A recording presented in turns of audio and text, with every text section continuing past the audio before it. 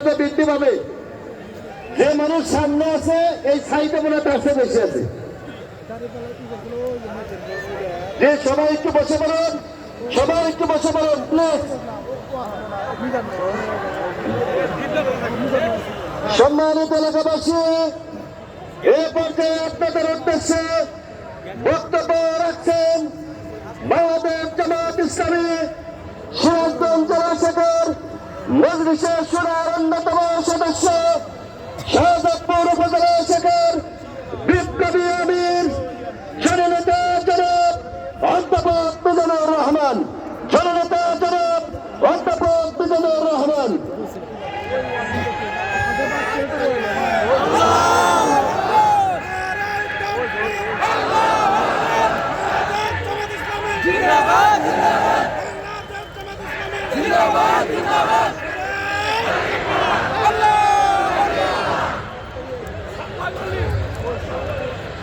আসসালামু আলাইকুম ওয়া রাহমাতুল্লাহ। আলহামদুলিল্লাহ, আলহামদুলিল্লাহ রাব্বিল আলামিন, আসসালাতু ওয়াসসালামু আলা রাসূলিল কারীম। আল্লাহ তাআলা